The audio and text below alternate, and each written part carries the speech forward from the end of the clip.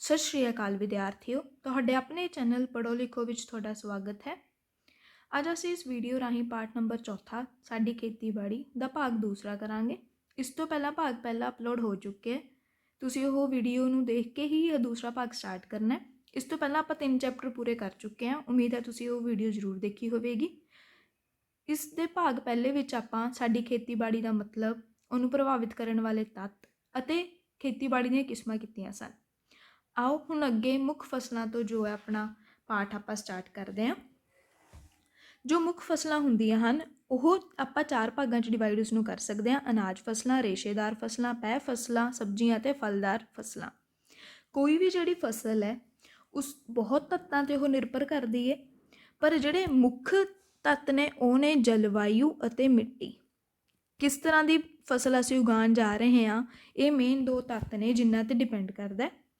ਮਿੱਟੀ ਅਤੇ ਜਲਵਾਯੂ ਹੀ ਡਿਸਾਈਡ ਕਰੇਗਾ ਕਿ ਕਿਸ ਤਰ੍ਹਾਂ ਦੀ ਫਸਲ ਆਪਾਂ ਲਗਾਵਾਂਗੇ। ਜਿਵੇਂ ਕਿ ਸੇਬ ਜੋ ਹੈ ਉਹ ਬਰਫੀਲੀ ਕਿਸਮ ਦੇ ਜਲਵਾਯੂ ਦੀ ਉਸਨੂੰ ਲੋੜ ਹੁੰਦੀ ਹੈ, ਤਾਂ ਉਹ ਜ਼ਿਆਦਾਤਰ ਠੰਡੇ ਇਲਾਕੇ ਵਿੱਚ ਲਗਾਇਆ ਜਾਂਦਾ ਹੈ। ਐਵੇਂ ਜਿਹੜਾ ਚਾਵਲ ਹੈ ਉਸਨੂੰ ਗਰਮ ਅਤੇ ਨਮੀ ਵਾਲੇ ਜਲਵਾਯੂ ਦੀ ਲੋੜ ਹੁੰਦੀ ਹੈ, ਤਾਂ ਉਸ ਤਰ੍ਹਾਂ ਦੇ ਦੇਸ਼ਾਂ, ਉਸ ਤਰ੍ਹਾਂ ਦੇ ਜਿਹੜੇ ਖੇਤਰ ਨੇ ਉੱਥੇ ਉਗਾਏ ਜਾਂਦੇ ਹਨ।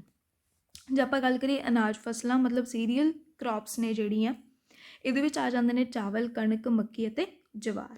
ਰੇਸ਼ੇਦਾਰ ਫਸਲਾਂ ਫਾਈਬਰ ਕ੍ਰੌਪਸ, ਕਪਾਹ, ਪਟਸਨ। ਪੈ ਫਸਲਾਂ ਮਤਲਬ ਬੈਵਰੇਜ ਕ੍ਰੌਪਸ, ਚਾਹ, ਕੌਫੀ, ਕੋਕੋ ਅਤੇ ਕੋਕੋ ਮੀਨਸ ਜੋ ਜਿਹਦੇ ਨਾਲ ਆਪਾਂ ਕੌਫੀ ਬਣਾਉਂਦੇ ਹਾਂ ਬੇਟਾ। ਸਬਜ਼ੀਆਂ ਅਤੇ ਫਲਦਾਰ ਫਸਲਾਂ ਮੀਨਸ ਵਿੱਚ ਆ ਜਾਂਦਾ ਸੇਬ, ਕੇਲਾ, ਅੰਬ, ਸਬਜ਼ੀਆਂ ਆਦਿ। ਹੁਣ ਆਪਾਂ ਇੱਕ ਇੱਕ ਕਰਕੇ ਇਹਨਾਂ ਬਾਰੇ ਡਿਸਕਸ ਕਰਾਂਗੇ। ਸਭ ਤੋਂ ਪਹਿਲਾਂ ਆ ਗਿਆ ਅਨਾਜ ਫਸਲਾਂ। ਅਨਾਜ ਫਸਲਾਂ ਕੀ ਹੁੰਦੀਆਂ ਹਨ? ਉਹ ਦਾਣੇਦਾਰ ਫਸਲਾਂ ਜਿਹੜੇ ਆਪਾਂ ਮਨੁੱਖ ਆਪਣੇ ਲੋੜਾਂ ਲਈ ਵਰਤਦਾ। ਜਿਵੇਂ ਜਿਵੇਂ ਆਬਾਦੀ ਵੱਧਦੀ ਜਾ ਰਹੀ ਹੈ, ਦੁਨੀਆ ਭਰ ਦੇ ਲੋਕਾਂ ਦੀ ਮੁੱਖ ਲੋੜ ਜਿਹੜੀ ਰੋਟੀ ਹੈ ਉਹਨੂੰ ਪੂਰੀ ਕਰਨ ਲਈ ਅਨਾਜ ਫਸਲਾਂ ਦਾ ਵੀ ਵੱਡੇ ਪੱਧਰ 'ਤੇ ਪੈਦਾਵਾਰ ਜ਼ਰੂਰੀ ਹੋ ਚੁੱਕੀ ਹੈ। ਅਤੇ ਤੁਸੀਂ ਇਹ ਗੱਲ ਯਾਦ ਰੱਖਣੀ ਹੈ ਕਿ ਭਾਰਤ ਵਿੱਚ ਵੀ ਕੁੱਲ ਫਸਲਾਂ ਦਾ 75% ਜੋ ਹੈ ਉਹ ਸਿਰਫ ਅਨਾਜ ਫਸਲਾਂ ਹੀ ਹਨ। ਅਨਾਜ ਫਸਲਾਂ ਦੀ ਜੇ ਅਸੀਂ ਗੱਲ ਕਰੀਏ ਤਾਂ ਪ੍ਰਮੁੱਖ ਫਸਲਾਂ ਜਿਹੜੀਆਂ ਇਸ ਦੇ ਵਿੱਚ ਨੇ ਉਹ ਨੇ ਚਾਵਲ, ਕਣਕ ਅਤੇ ਮੱਕੀ। ਇਹਨਾਂ ਬਾਰੇ ਆਪਾਂ ਇੱਕ ਇੱਕ ਕਰਕੇ ਡਿਸਕਸ ਕਰਾਂਗੇ। ਜੋ ਚਾਵਲ ਹੈ ਇਹ ਇੱਕ ਗਰਮ ਅਤੇ ਤਰ ਮੀਨਸ ਨਮੀ ਵਾਲੇ ਜਿਹੜੇ ਜਲਵਾਯੂ ਵਾਲੇ ਦੇਸ਼ ਨੇ ਉੱਥੇ ਹੀ ਪੈਦਾ ਕੀਤਾ ਜਾਂਦਾ। ਇਸ ਨੂੰ ਜਿਹੜਾ ਤਾਪਮਾਨ ਚਾਹੀਦਾ ਉਹ 20 ਤੋਂ 30 ਡਿਗਰੀ ਸੈਲਸੀਅਸ ਦੇ ਵਿੱਚ ਚਾਹੀਦਾ। ਅਤੇ ਭਾਰਤ ਵਿੱਚ ਸੌਣੀ ਦੀ ਮੁੱਖ ਫਸਲ ਹੈ। ਹਾੜੀ, ਸੌਣੀ 2 ਤਰ੍ਹਾਂ ਦੀਆਂ ਫਸਲਾਂ ਹੁੰਦੀਆਂ ਹਨ। ਬਹੁਤ ਵਾਰੀ ਇਹ ਕੁਐਸਚਨ ਪੁੱਛਿਆ ਗਿਆ ਹੈ ਕਿ ਚਾਵਲ ਜਿਹੜਾ ਕਿਸ ਤਰ੍ਹਾਂ ਦੀ ਫਸਲ ਹੈ, ਇਹ ਸੌਣੀ ਦੀ ਫਸਲ ਹੈ। ਅਤੇ ਇਸ ਨੂੰ ਜਿਹੜੀ ਮਿੱਟੀ ਚਾਹੀਦੀ ਹੈ ਜਲੌਡੀ ਮਿੱਟੀ, ਚੀਕਣੀ ਮਿੱਟੀ, ਉਸ ਤੋਂ ਇਲਾਵਾ ਜਿਹੜੇ ਡੈਲਟਾਈ ਮਿੱਟੀ ਹੈ। ਅਤੇ ਇਹਦੇ ਨਾਲ ਜਿਹੜੇ ਨੇ ਸਿੰਚਾਈ ਦੇ ਸਾਧਨ ਵੀ ਹੋਣੇ ਜ਼ਰੂਰੀ ਨੇ। ਜੇ ਸਿੰਚਾਈ ਦੇ ਸਾਧਨ ਨੇ ਤਾਂ ਆਪਾਂ ਕਾਲੀ ਮਿੱਟੀ ਵਿੱਚ ਵੀ ਜੋ ਹੈ ਇਹ ਚਾਵਲ ਉਗਾ ਸਕਦੇ ਹਾਂ। ਇੱਕ ਗੱਲ ਜਿਹੜੀ ਖਾਸ ਧਿਆਨ ਦੇਣ ਵਾਲੀ ਲੋੜ ਹੈ ਉਹ ਹੈ ਕਿ ਜਿਹੜੇ ਚਾਵਲ ਹੈ ਨਾ, ਇਸ ਦੇ ਵਿੱਚ ਜ਼ਿਆਦਾਤਰ ਸਾਨੂੰ ਕੱਟਣ ਸਮੇਂ ਅਤੇ ਲਗਾਉਣ ਸਮੇਂ ਮਜ਼ਦੂਰਾਂ ਦੀ ਬਹੁਤ ਜ਼ਿਆਦਾ ਲੋੜ ਪੈਂਦੀ ਹੈ। ਅਤੇ ਚਾਵਲ ਨੂੰ ਪਾਣੀ ਦੀ ਵੀ ਬਹੁਤ ਜ਼ਿਆਦਾ ਲੋੜ ਹੈ। ਕਿੰਨਾ ਹੀ ਪਾਣੀ ਆਪਾਂ ਨੂੰ ਖੜ੍ਹਾ ਕਰਨਾ ਪੈਂਦਾ ਚਾਵਲ ਨੂੰ ਉਗਾਉਣ ਲਈ। ਪੂਰੇ ਸੰਸਾਰ ਭਰ ਦੇ ਵਿੱਚ ਚੀਨ, ਭਾਰਤ, ਬੰਗਲਾਦੇਸ਼, ਜਾਪਾਨ ਆਦਿ ਵਰਗੇ ਦੇਸ਼ ਨੇ ਜਿੱਥੇ ਚਾਵਲ ਉਗਾਏ ਜਾਂਦੇ ਨੇ। ਚੀਨ ਸਭ ਤੋਂ ਵੱਧ ਪੈਦਾ ਕਰਨ ਵਾਲਾ ਦੇਸ਼ ਹੈ। ਅਤੇ ਭਾਰਤ ਵਿੱਚ ਜੇ ਆਪਾਂ ਗੱਲ ਕਰੀਏ ਪੱਛਮੀ ਬੰਗਾਲ, ਬਿਹਾਰ, ਉੜੀਸਾ, ਗੰਗਾ ਬ੍ਰਹਮਪੁੱਤਰਾ ਦੇ ਮੈਦਾਨ, ਪੰਜਾਬ, ਉੱਤਰ ਪ੍ਰਦੇਸ਼, ਇਹ ਕੁਛ ਇਲਾਕੇ ਹਨ ਜਿੱਥੇ ਚਾਵਲ ਜਿਹੜੇ ਨੇ ਉਗਾਏ ਜਾਂਦੇ ਹਨ। ਇੱਕ ਗੱਲ ਤੁਸੀਂ ਯਾਦ ਰੱਖੋਗੇ, ਕੱਦੂ ਕਰਨਾ ਕੀ ਹੁੰਦਾ? ਬਹੁਤ ਵਾਰੀ ਇਹ ਕੁਐਸਚਨ ਪੁੱਛਿਆ ਗਿਆ। ਤਾਂ ਕੱਦੂ ਕਰਨਾ ਕੀ ਹੁੰਦਾ? ਚਾਵਲ ਪੈਦਾ ਕਰਨ ਤੋਂ ਪਹਿਲਾਂ ਇੱਕ ਪਨੀਰੀ ਤਿਆਰ ਕਰਦੇ ਹਨ। ਪਨੀਰੀ ਮਤਲਬ ਹੁੰਦਾ ਇੱਕ ਨਰਸਰੀ ਜਿੱਥੇ ਥੋੜ੍ਹੇ ਜਿਹੇ ਏਰੀਆ ਦੇ ਵਿੱਚ ਬੀਜ ਲਗਾ ਕੇ ਉਸ ਤੋਂ ਚਾਵਲ ਦੀ ਪਨੀਰੀ ਤਿਆਰ ਕੀਤੀ ਜਾਂਦੀ ਹੈ ਖਾਸ ਦੇਖਭਾਲ ਦੇ ਅੰਦਰ। ਅਤੇ ਫਿਰ ਖੇਤ ਨੂੰ ਵਾਹ ਕੇ ਸੁਹਾਗਾ ਆਦਿ ਮਾਰ ਕੇ ਖੇਤ ਨੂੰ ਤਿਆਰ ਕੀਤਾ ਜਾਂਦਾ ਹੈ। ਇਹਨੂੰ ਹੀ ਕੱਦੂ ਕਰਨਾ ਆਖਦੇ ਹਨ। ਉਸ ਤੋਂ ਬਾਅਦ ਦੂਸਰੀ ਜਿਹੜੀ ਆਪਣੀ ਅਨਾਜ ਫਸਲ ਹੈ ਉਹ ਹੈ ਕਣਕ। ਜਿਹੜੀ ਕਣਕ ਹੈ ਇਹਦੇ ਬਾਰੇ ਆਪਾਂ ਗੱਲ ਯਾਦ ਰੱਖਾਂਗੇ ਕਿ ਇਹ ਸਭ ਤੋਂ ਵੱਧ ਸੰਸਾਰ ਵਿੱਚ ਵਰਤਣਯੋਗ ਵਾਲੀ ਅਨਾਜ ਫਸਲ ਹੈ। ਅਤੇ ਕਣਕ ਇੱਕ ਕਾਰਬੋਹਾਈਡਰੇਟਸ, ਪ੍ਰੋਟੀਨ, ਵਿਟਾਮਿਨ ਭਰੀ ਇੱਕ ਖੁਰਾਕ ਹੈ ਅਤੇ ਸਭ ਤੋਂ ਵੱਧ ਇਸ ਦਾ ਪ੍ਰਯੋਗ ਜਿਹੜਾ ਕੀਤਾ ਜਾਂਦਾ ਹੈ। ਕਣਕ ਦੀ ਜੇ ਆਪਾਂ ਗੱਲ ਕਰੀਏ ਇਹਨੂੰ 10 ਤੋਂ 20 ਡਿਗਰੀ ਸੈਲਸੀਅਸ ਤੱਕ ਦਾ ਤਾਪਮਾਨ ਚਾਹੀਦਾ ਹੁੰਦਾ ਹੈ ਅਤੇ 50 ਤੋਂ 100 ਸੈਂਟੀਮੀਟਰ ਦੀ ਵਰਖਾ ਚਾਹੀਦੀ ਹੁੰਦੀ ਹੈ, ਜਿਹੜੀ ਕਿ ਚਾਵਲ ਦੇ ਮੁਕਾਬਲੇ ਬਹੁਤ ਹੀ ਘੱਟ ਹੈ।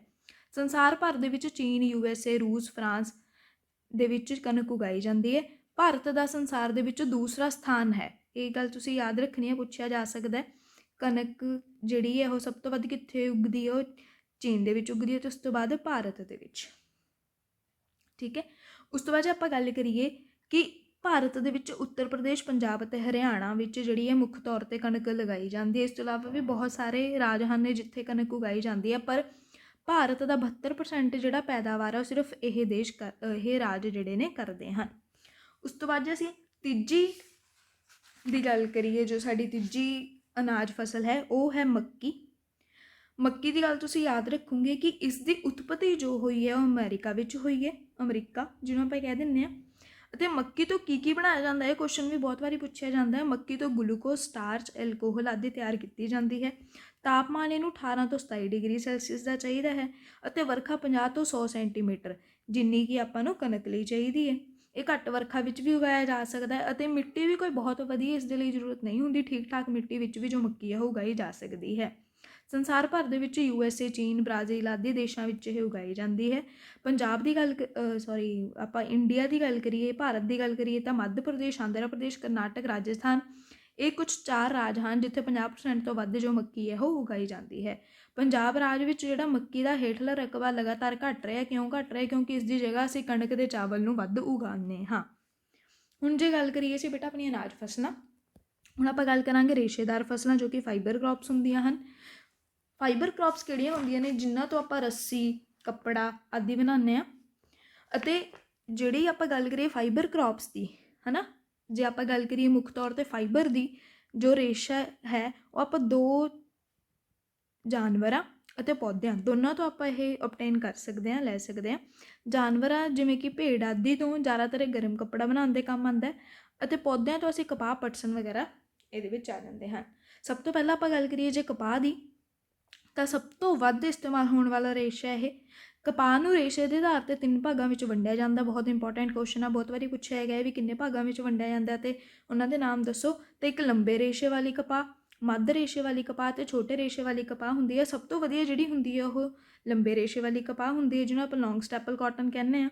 ਇਹ ਗੱਲ ਤੁਸੀਂ ਯਾਦ ਰੱਖਣੀ ਹੈ। ਅਤੇ ਕਪਾਹ ਲਈ ਜੋ ਯਾਦ ਰੱਖਣਯੋਗ ਗੱਲਾਂ ਹਨ ਕਿ ਇਸਨੂੰ ਜਿਹੜਾ ਤਾਪਮਾਨ ਹੈ 20 ਤੋਂ 30 ਡਿਗਰੀ ਸੈਲਸੀਅਸ ਚਾਹੀਦਾ। ਵਰਖਾ 50 ਤੋਂ 100 ਸੈਂਟੀਮੀਟਰ। ਮਿੱਟੀ ਕਾਲੀ ਮਿੱਟੀ, ਜਲੋਢੀ ਮਿੱਟੀ। ਕਾਲੀ ਮਿੱਟੀ ਤੁਸੀਂ ਜ਼ਰੂਰ ਯਾਦ ਰੱਖਣੀ ਹੈ, ਬਹੁਤ ਵਾਰੀ ਕੁਐਸਚਨ ਪੁੱਛਿਆ ਜਾਂਦਾ ਕਿ ਕਾਲੀ ਮਿੱਟੀ ਵਿੱਚ ਕਿਹੜੀ ਫਸਲ ਉਗਾਈ ਜਾਂਦੀ ਹੈ, ਤਾਂ ਕਪਾਹ। ਜਾਂ ਕਈ ਵਾਰੀ ਪੁੱਛਿਆ ਜਾਂਦਾ ਕਪਾਹ ਕਿਹੜੀ ਮਿੱਟੀ ਵਿੱਚ ਉਗਾਇਆ ਜਾਂਦਾ, ਤਾਂ ਉਹ ਹੈ ਕਾਲੀ ਮਿੱਟੀ। ਜੋ ਧਿਆਨ ਰੱਖਣਯੋਗ ਚੀਜ਼ਾਂ ਹਨ ਉਹ ਕੀ ਹਨ ਕਿ ਕੋਰੇ, ਬਿਮਾਰੀਆਂ ਅਤੇ ਕੀੜਿਆਂ ਤੋਂ ਕਪਾਹ ਨੂੰ ਬਹੁਤ ਚੰਗੀ ਤਰ੍ਹਾਂ ਇਸ ਦੀ ਦੇਖਭਾਲ ਕਰਨੀ ਪੈਂਦੀ ਹੈ ਅਤੇ ਬਚਾਉਣਾ ਪੈਂਦਾ, ਨਹੀਂ ਤਾਂ ਜਿਹੜੀ ਫਸਲ ਹੈ ਪੂਰੀ ਦੀ ਪੂਰੀ ਖਰਾਬ ਹੋ ਜਾਂਦੀ ਹੈ। ਸੰਸਾਰ ਦੇ ਵਿੱਚ USA, ਚੀਨ, ਮੈਕਸੀਕੋ ਅਤੇ ਭਾਰਤ ਦਾ ਵੀ ਤੁਸੀਂ ਸਥਾਨ ਯਾਦ ਰੱਖੋਗੇ ਕਿ ਤੀਸਰਾ ਸਥਾਨ ਹੈ ਪੂਰੇ ਸੰਸਾਰ ਦੇ ਵਿੱਚ ਕਾਟਨ ਨੂੰ, ਕਪਾਹ ਨੂੰ ਉਗਾਉਣ ਲਈ। ਭਾਰਤ ਦੇ ਵਿੱਚ ਮਹਾਰਾਸ਼ਟਰ, ਗੁਜਰਾਤ, ਆਂਧਰਾ ਪ੍ਰਦੇਸ਼ 60% ਤੋਂ ਵੱਧ ਪੈਦਾਵਾਰ ਸਿਰਫ ਇਹਨਾਂ 3 ਰਾਜਾਂ ਵਿੱਚ ਹੁੰਦੀ ਹੈ। ਪੰਜਾਬ ਦੇ ਮਾਲਵੇ ਖੇਤਰ ਵਿੱਚ ਕਪਾਹ ਨੂੰ ਵਾਈਟ ਗੋਲਡ ਆਖਿਆ ਜਾਂਦਾ ਹੈ। ਚਿੱਟੀ ਮਿੱਟੀ ਚਿੱਟਾ ਸੋਨਾ ਕਿਹਾ ਜਾਂਦਾ ਹੈ, ਤੁਸੀਂ ਯਾਦ ਰੱਖਣਾ। ਬਹੁਤ ਵਾਰੀ ਇਹ ਕੁਐਸਚਨ ਪੁੱਛਿਆ ਗਿਆ ਵੀ ਵਾਈਟ ਗੋਲਡ ਕਿਸ ਨੂੰ ਕਿਹਾ ਜਾਂਦਾ ਹੈ, ਤਾਂ ਉਹ ਕਪਾਹ ਨੂੰ ਕਿਹਾ ਜਾਂਦਾ। ਕਿੱਥੇ ਕਿਹਾ ਜਾਂਦਾ? ਪੰਜਾਬ ਦੇ ਮਾਲਵਾ ਖੇਤਰ ਵਿੱਚ। ਕੱਪੜਾ ਉਦਯੋਗ ਜਿਹੜਾ ਬਹੁਤ ਜ਼ਿਆਦਾ ਫੇਮਸ ਹੈ ਆਪਣੇ ਪੂਰੇ ਭਾਰਤ ਵਿੱਚ ਅਤੇ ਕਈ ਸ਼ਹਿਰ ਇਹੋ ਜਿਹੇ ਹਨ ਜਿਹੜੇ ਕੱਪੜਾ ਉਦਯੋਗ ਦੇ ਨਾਮ ਤੋਂ ਜਾਣੇ ਜਾਂਦੇ ਹਨ। ਉਹ ਹਨ ਅਹਿਮਦਾਬਾਦ, ਕਾਨਪੁਰ, ਕੋਲਕਾਤਾ, ਚੇਨਈ, ਦਿੱਲੀ ਆਦਿ। ਹੁਣ ਜੇ ਆਪਾਂ ਦੂਸਰੀ ਫਾਈਬਰ ਕ੍ਰੌਪ ਬਾਰੇ ਗੱਲ ਕਰੀਏ ਤਾਂ ਉਹ ਹੈ ਪਟਸਨ, ਜੂਟ। ਜੂਟ ਮਤਲਬ ਪਟਸਨ ਅਤੇ ਕਪਾਹ ਬਿਲਕੁਲ ਹੀ 2 ਅਲੱਗ-ਅਲੱਗ ਫਸਲਾਂ ਨੇ। ਜਿਹੜਾ ਜੂਟ ਹੈ ਪਤਲਾ ਅਤੇ ਲੰਬਾ ਪੌਦਾ ਹੁੰਦਾ। ਇਸ ਦੀ ਉਚਾਈ ਜਿਹੜੀ ਹੈ 10 ਤੋਂ 12 ਫੁੱਟ ਹੋ ਸਕਦੀ ਹੈ। ਇਹ ਖੁਰਦਰਾ ਅਤੇ ਨਰਮ ਹੈ। ਇਸ ਨੂੰ ਕਿਸ ਚੀਜ਼ਾਂ ਲਈ ਵਰਤਿਆ ਜਾਂਦਾ? ਇਸ ਦੇ ਰੱਸੇ ਬਣਦੇ ਨੇ, ਬੋਰੀਆਂ ਬਣਦੀਆਂ ਅਤੇ ਟਾਟ ਬਣਦੇ ਹਨ। ਜਿਹੜਾ ਤਾਪਮਾਨ ਇਹਨੂੰ ਚਾਹੀਦਾ 24 ਤੋਂ 35 ਡਿਗਰੀ ਸੈਲਸੀਅਸ ਚਾਹੀਦਾ ਅਤੇ ਇਹਨੂੰ ਵਰਖਾ ਜ਼ਿਆਦਾ ਚਾਹੀਦੀ 120 ਤੋਂ 150 ਸੈਂਟੀਮੀਟਰ ਦੀ ਵਰਖਾ ਅਤੇ ਨਮੀ ਵਾਲਾ ਇਹਨੂੰ ਜਿਹੜਾ ਜਲਵਾਯੂ ਚਾਹੀਦਾ ਹੁੰਦਾ ਹੈ। ਕੱਟਣ ਤੋਂ ਬਾਅਦ ਗੱਠਾਂ ਵਿੱਚ ਬੰਨ੍ਹ ਕੇ ਖੜ੍ਹੇ ਪਾਣੀ ਹੇਠ ਇਹਨੂੰ 2-3 ਹਫ਼ਤੇ ਤੱਕ ਰੱਖਿਆ ਜਾਂਦਾ ਹੈ ਤਾਂ ਕਿ ਇਹ ਨਰਮ ਹੋ ਸਕੇ ਅਤੇ ਇਸ ਦਾ ਰੇਸ਼ਾ ਅਲੱਗ ਕੀਤਾ ਜਾ ਸਕੇ। ਜੇ ਆਪਾਂ ਸੰਸਾਰ ਦੀ ਗੱਲ ਕਰੀਏ ਤਾਂ ਚੀਨ, ਭਾਰਤ, ਬੰਗਲਾਦੇਸ਼, ਥਾਈਲੈਂਡ, ਗੰਗਾ ਬ੍ਰਹਮਪੁੱਤਰਾ ਡੈਲਟਾ ਵਾਲੇ ਜਿਹੜੇ ਖੇਤਰ ਹਨ ਉੱਥੇ ਪਟਸਨ ਉਗਾਈ ਜਾਂਦੀ ਹੈ। ਭਾਰਤ ਵਿੱਚ ਪੱਛਮੀ ਬੰਗਾਲ, ਬਿਹਾਰ, ਅਸਾਮ, ਉੜੀਸਾ ਇਹ 4 ਰਾਜ ਇਹੋ ਜਿਹੇ ਹਨ ਜਿੱਥੇ 99% ਤੋਂ ਵੱਧ ਪੈਦਾਵਾਰ ਹੁੰਦੀ ਹੈ ਪਟਸਨ ਦੀ। ਸਿਰਫ ਇਹ ਇਲਾਕਿਆਂ ਵਿੱਚ ਸਭ ਤੋਂ ਵੱਧ ਪੈਦਾਵਾਰ ਪਟਸਨ ਦੀ ਆਪਣੇ ਭਾਰਤ ਵਿੱਚ ਕੀਤੀ ਜਾਂਦੀ ਹੈ। ਹੁਣ ਆਪਾਂ ਗੱਲ ਕਰਦੇ ਹਾਂ ਪੈ ਫਸਲਾਂ ਯਾਨੀ ਕਿ ਬੈਵਰੇਜ ਕ੍ਰੌਪਸ ਬਾਰੇ। ਇਹ ਉਹ ਵਾਲੀਆਂ ਫਸਲਾਂ ਹਨ ਜਿਹਨੂੰ ਆਪਾਂ ਪੀਣ ਵਾਲੇ ਫਸਲਾਂ ਆਖਦੇ ਹਾਂ ਅਤੇ ਬਹੁਤ ਮਹੱਤਤਾ ਰੱਖਦੀਆਂ ਨੇ ਇਹ ਸਾਡੀ ਜ਼ਿੰਦਗੀ 'ਚ, ਕਿਉਂਕਿ ਤੁਹਾਨੂੰ ਪਤਾ ਹੀ ਹੈ ਜਿਵੇਂ ਕਿ ਆਪਾਂ ਕਿਤੇ ਵੀ ਜਾਈਏ ਤਾਂ ਕੀ ਹੁੰਦਾ, ਚਾਹ ਪਾਣੀ ਪੀ ਲਓ, ਕੌਫੀ ਪੀ ਲਓ, ਤਾਂ ਇਹ ਉਹ ਵਾਲੀਆਂ ਫਸਲਾਂ ਹਨ ਜਿਨ੍ਹਾਂ ਨੂੰ ਆਪਾਂ ਪੀਣ ਲਈ ਇਸਤੇਮਾਲ ਕਰਦੇ ਹਾਂ ਅਤੇ ਇਹਨਾਂ ਦੀ ਜਿਹੜੀ ਲੋੜ ਹੈ ਸਪੈਸ਼ਲੀ ਸਾਡੇ ਏਸ਼ੀਆ ਖੇਤਰ ਵਿੱਚ ਬਹੁਤ ਜ਼ਿਆਦਾ ਪੈਂਦੀ ਹੈ। ਅਤੇ ਇਹਨਾਂ ਦੀ ਆਪਾਂ ਇੱਕ ਇੱਕ ਕਰਕੇ ਗੱਲ ਕਰਾਂਗੇ। ਤਾਂ ਸਭ ਤੋਂ ਪਹਿਲਾਂ ਆ ਗਈ ਚਾਹ। ਚਾਹ ਕਿਹੜੀ ਹੁੰਦੀ ਹੈ? ਝਾੜੀ ਵਰਗਾ ਇੱਕ ਪੌਦਾ ਹੁੰਦਾ ਹੈ ਜਿਹਦੇ ਪੱਤਿਆਂ ਤੋਂ ਚਾਹ ਪ੍ਰਾਪਤ ਕੀਤੀ ਜਾਂਦੀ ਹੈ। ਇਸ ਦੀ ਸ਼ੁਰੂਆਤ ਜੇ ਆਪਾਂ ਗੱਲ ਕਰੀਏ ਤਾਂ 6ਵੀਂ ਸਦੀ ਵਿੱਚ ਮੰਨਿਆ ਜਾਂਦਾ ਕਿ ਚੀਨ ਤੋਂ ਸ਼ੁਰੂ ਹੋਈ। ਤਾਪਮਾਨ ਇਹਨੂੰ 20 ਤੋਂ 30 ਡਿਗਰੀ ਸੈਲਸੀਅਸ ਦਾ ਚਾਹੀਦਾ ਹੈ ਅਤੇ ਖਾਦਾਂ ਦਾ ਪ੍ਰਯੋਗ ਇੱਥੇ ਬਹੁਤ ਜ਼ਿਆਦਾ ਹੁੰਦਾ ਹੈ। ਚਾਹ ਦੀ ਫਸਲ ਨੂੰ ਉਗਾਉਣ ਲਈ ਵਰਖਾ 150 ਤੋਂ ਲੈ ਕੇ 300 ਸੈਂਟੀਮੀਟਰ ਦੀ ਚਾਹੀਦੀ ਹੈ ਅਤੇ ਚੀਨ, ਭਾਰਤ, ਜਾਪਾਨੀ, ਸ਼੍ਰੀਲੰਕਾ ਆਦਿ ਇਹੋ ਜਿਹੇ ਦੇਸ਼ ਹਨ ਜਿੱਥੇ ਚਾਹ ਉਗਾਈ ਜਾਂਦੀ ਹੈ। ਜੇ ਆਪਾਂ ਭਾਰਤ ਦੀ ਗੱਲ ਕਰੀਏ ਤਾਂ 51% ਤੋਂ ਵੱਧ ਸਿਰਫ ਅਸਾਮ ਦੇ ਵਿੱਚ ਉਗਾਈ ਜਾਂਦੀ ਹੈ। ਪੱਛਮੀ ਬੰਗਾਲ, ਤਾਮਿਲਨਾਡੂ ਅਤੇ ਕੇਰਲ ਦੇ ਵੀ ਕੁਝ ਇਲਾਕੇ ਹਨ ਜਿੱਥੇ ਚਾਹ ਉਗਾਈ ਜਾਂਦੀ ਹੈ। ਭਾਰਤ ਕਈ ਦੇਸ਼ਾਂ ਨੂੰ ਚਾਹ ਦਾ ਨਿਰਯਾਤ ਕਰਦਾ, ਐਕਸਪੋਰਟ ਕਰਦਾ। ਇਹ ਗੱਲ ਤੁਸੀਂ ਯਾਦ ਰੱਖਣੀ ਹੈ। ਚਾਹ ਅਤੇ ਕੌਫੀ ਦੋਨੋਂ ਚੀਜ਼ਾਂ ਦਾ ਆਪਾਂ ਐਕਸਪੋਰਟ ਕਰਦੇ ਹਾਂ ਬਾਕੀ ਦੇਸ਼ਾਂ ਨੂੰ, ਜਿਵੇਂ ਕਿ USA, ਨਿਊਜ਼ੀਲੈਂਡ ਐਕਸੈਕਟਰਾ। ਹੁਣ ਜੇ ਆਪਾਂ ਗੱਲ ਕਰੀਏ ਦੂਸਰੀ ਪੈ ਫਸਲ ਯਾਨੀ ਕਿ ਕੌਫੀ ਦੀ, ਤਾਂ ਅਫਰੀਕਾ ਮਹਾਦੀਪ ਨੂੰ ਕੌਫੀ ਦਾ ਜਨਮਦਾਤਾ ਮੰਨਿਆ ਜਾਂਦਾ ਹੈ। ਕੌਫੀ ਚਾਹ ਨਾਲ ਮਹਿੰਗੀ ਹੈ। ਪੌਦੇ ਨੂੰ ਲੱਗੇ ਬੀਜਾਂ ਨੂੰ ਸੁਕਾ ਕੇ, ਭੁੰਨ ਕੇ ਅਤੇ ਪੀਸ ਕੇ ਕੌਫੀ ਪਾਊਡਰ ਤਿਆਰ ਕੀਤਾ ਜਾਂਦਾ ਹੈ। ਕੌਫੀ ਵਿੱਚ ਇੱਕ ਕੈਫੀਨ ਨਾਮ ਦਾ ਨਸ਼ੇ ਵਾਲਾ ਤੱਤ ਹੁੰਦਾ ਹੈ ਜੋ ਸਾਡੇ 'ਚ ਉਤੇਜਨਾ ਪ੍ਰਾਪਤ ਕਰਦਾ ਹੈ, ਇੱਕ ਜੋਸ਼ ਪੈਦਾ ਕਰਦਾ ਹੈ। ਅਤੇ ਕੌਫੀ ਦੀਆਂ ਕਿਸਮਾਂ ਜੋ ਨੇ ਅਰੇਬਿਕ, ਰੋਬਸਟਾ ਅਤੇ ਲਾਈਬੇਰਿਕਾ ਹੈ। ਇਹ ਗੱਲ ਤੁਸੀਂ ਯਾਦ ਰੱਖਣੀ ਹੈ। ਇਸ ਨੂੰ ਜੇ ਆਪਾਂ ਤਾਪਮਾਨ ਦੀ ਗੱਲ ਕਰੀਏ ਤਾਂ 15 ਤੋਂ 28 ਡਿਗਰੀ ਸੈਲਸੀਅਸ ਦਾ ਚਾਹੀਦਾ। ਵਰਖਾ 100 ਤੋਂ 200 ਸੈਂਟੀਮੀਟਰ ਵਰਖਾ ਚਾਹੀਦੀ ਹੈ ਅਤੇ 30 ਸਾਲ ਤੱਕ ਫਸਲ ਦਿੰਦੇ ਰਹਿੰਦੇ ਹਨ। ਇਹ ਬਹੁਤ ਇੰਪੋਰਟੈਂਟ ਪੁਆਇੰਟ ਹੈ ਕਿ ਆਪਾਂ ਕੌਫੀ ਵਗੈਰਾ ਦੀ ਗੱਲ ਕਰੀਏ, ਜੇ ਆਪਾਂ ਇਹਦਾ ਪੌਦਾ ਲਗਾਉਂਦੇ ਹਾਂ ਤਾਂ 30 ਸਾਲ ਤੱਕ ਸਾਨੂੰ ਇਸ ਤੋਂ ਆਮਦਨ ਜਿਹੜੀ ਹੈ ਪ੍ਰਾਪਤ ਹੁੰਦੀ ਰਹਿੰਦੀ ਹੈ।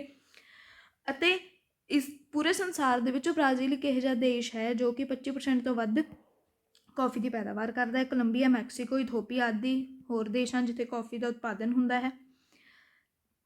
ਭਾਰਤ ਦੇ ਵਿੱਚ ਕਰਨਾਟਕ ਇਹੋ ਜਿਹਾ ਰਾਜ ਹੈ ਜਿੱਥੇ 70% ਤੋਂ ਵੱਧ ਕੌਫੀ ਇੱਥੋਂ ਹੀ ਪ੍ਰਾਪਤ ਹੁੰਦੀ। ਆਪਾਂ ਨੂੰ ਕੇਰਲ, ਤਾਮਿਲਨਾਡੂ, ਆਂਧਰਾ ਪ੍ਰਦੇਸ਼ ਆਦਿ ਇਹੋ ਜਿਹੇ ਰਾਜ ਹਨ ਜਿੱਥੇ ਕੌਫੀ ਉਗਾਈ ਜਾਂਦੀ ਹੈ। ਕੌਫੀ ਅਤੇ ਚਾਹ ਬਾਰੇ ਜੇ ਤੁਹਾਨੂੰ ਇੱਕ ਕੁਐਸਚਨ ਪੁੱਛਿਆ ਜਾ ਸਕਦਾ ਹੈ ਕਿ ਦੱਸੋ ਇਹਨਾਂ ਦੀ ਸਾਂਭ ਸੰਭਾਲ ਲਈ ਕੀ ਕੀ ਕਰਨਾ ਚਾਹੀਦਾ ਹੈ, ਤਾਂ ਪੌਦਿਆਂ ਦੀ ਕਟਾਈ ਜਿਹੜੀ ਹੈ ਸਾਨੂੰ ਕਰਨੀ ਚਾਹੀਦੀ ਹੈ, ਛੰਗਾਈ ਕਰਨੀ ਪੈਂਦੀ ਹੈ, ਸਿੰਚਾਈ ਅਤੇ ਖਾਦਾਂ ਦਾ ਖਾਸ ਪ੍ਰਯੋਗ ਕਰਕੇ ਇਹਨਾਂ ਦੇ ਪੌਦਿਆਂ ਨੂੰ ਜਿਹੜਾ ਉਹ ਸਾਨੂੰ ਬਚਾ ਕੇ ਰੱਖਣਾ ਪੈਂਦਾ ਹੈ ਅਤੇ ਇਹਨਾਂ ਦੀ ਦੇਖਭਾਲ ਕਰਨੀ ਪੈਂਦੀ ਹੈ। ਹੁਣ ਜੇ ਆਪਾਂ ਲਾਸਟ 'ਤੇ ਗੱਲ ਕਰੀਏ ਤਾਂ ਆ ਗਿਆ ਖੇਤੀਬਾੜੀ ਦਾ ਵਿਕਾਸ, ਡਿਵੈਲਪਮੈਂਟ ਆਫ ਐਗਰੀਕਲਚਰ, ਕਿ ਕਿਉਂ ਸਾਨੂੰ ਜਿਹੜੀ ਖੇਤੀਬਾੜੀ ਹੈ ਉਸ ਦਾ ਵਿਕਾਸ ਕਰਨ ਦੀ ਲੋੜ ਹੈ ਅਤੇ ਕਿਸ ਢੰਗ ਨਾਲ ਅਸੀਂ ਐਗਰੀਕਲਚਰ ਦਾ ਡਿਵੈਲਪਮੈਂਟ ਕਰ ਸਕਦੇ ਹਾਂ। ਮਨੁੱਖ ਨੇ ਜਦੋਂ ਤੋਂ ਖੇਤੀਬਾੜੀ ਦਾ ਧੰਦਾ ਸ਼ੁਰੂ ਕੀਤਾ ਹੈ ਉਦੋਂ ਤੋਂ ਹੀ ਖੇਤੀ ਦੇ ਵਿਕਾਸ ਦੇ ਵਿੱਚ ਲੱਗਿਆ ਹੋਇਆ ਹੈ, ਕਿਉਂਕਿ ਖੇਤੀ ਦਾ ਵਿਕਾਸ ਕਰਨਾ ਜ਼ਰੂਰੀ ਹੈ। ਕਿਉਂ ਜ਼ਰੂਰੀ ਹੈ? ਤਾਂ ਕਿ ਕਿਸਾਨਾਂ ਦੀ ਆਮਦਨ ਵਧਾਈ ਜਾ ਸਕੇ ਅਤੇ ਵੱਧਦੀ ਆਬਾਦੀ ਦੇ ਅਨੁਸਾਰ ਹੀ ਜੋ ਸਾਡੀ ਜ਼ਰੂਰਤਾਂ ਨੇ ਉਹ ਪੂਰੀਆਂ ਹੋਣਗੀਆਂ ਜੇ ਅਸੀਂ ਪੈਦਾਵਾਰ ਨੂੰ ਵਧਾਵਾਂਗੇ। ਪੈਦਾਵਾਰ ਨੂੰ ਵਧਾਇਆ ਕਿਵੇਂ ਜਾ ਸਕਦਾ? ਨਵੇਂ ਬੀਜਾਂ ਨਾਲ ਅਤੇ ਢੰਗਾਂ ਨਾਲ। ਇੱਕ ਗੱਲ ਤੁਸੀਂ ਯਾਦ ਰੱਖਿਓ, ਹਰੀ ਕ੍ਰਾਂਤੀ ਜਿਹਨੂੰ ਅਸੀਂ ਗ੍ਰੀਨ ਰੈਵੋਲਿਊਸ਼ਨ ਕਹਿੰਦੇ ਹਾਂ, ਜਿਹਦੇ ਨਾਲ ਕੀ ਹੋਇਆ ਸੀ, ਪੈਦਾਵਾਰ ਕਣਕ, ਚਾਵਲ ਦੀ ਬਹੁਤ ਜ਼ਿਆਦਾ ਵੱਧ ਗਈ ਸੀ। ਅਤੇ ਜਿਹੜੇ ਮੁੱਖ ਰਾਜ ਨੇ ਉਹਨੇ ਪੰਜਾਬ, ਹਰਿਆਣਾ ਅਤੇ ਉੱਤਰ ਪ੍ਰਦੇਸ਼, ਜਿੱਥੇ ਹਰੀ ਕ੍ਰਾਂਤੀ ਬਹੁਤ ਜ਼ਿਆਦਾ ਤੇਜ਼ੀ ਨਾਲ ਜੋ ਹੈ ਉਹ ਆਈ ਸੀ।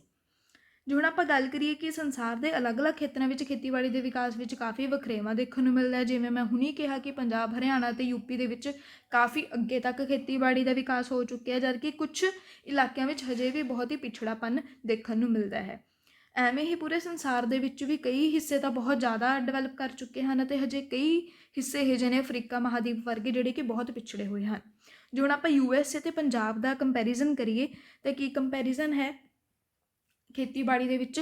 USA ਵਿੱਚ ਖੇਤਾਂ ਦੇ ਆਕਾਰ ਵੱਡੇ ਵੱਡੇ ਹੁੰਦੇ ਨੇ ਜਦਕਿ ਪੰਜਾਬ ਵਿੱਚ ਆਕਾਰ ਛੋਟਾ ਹੁੰਦਾ ਹੈ।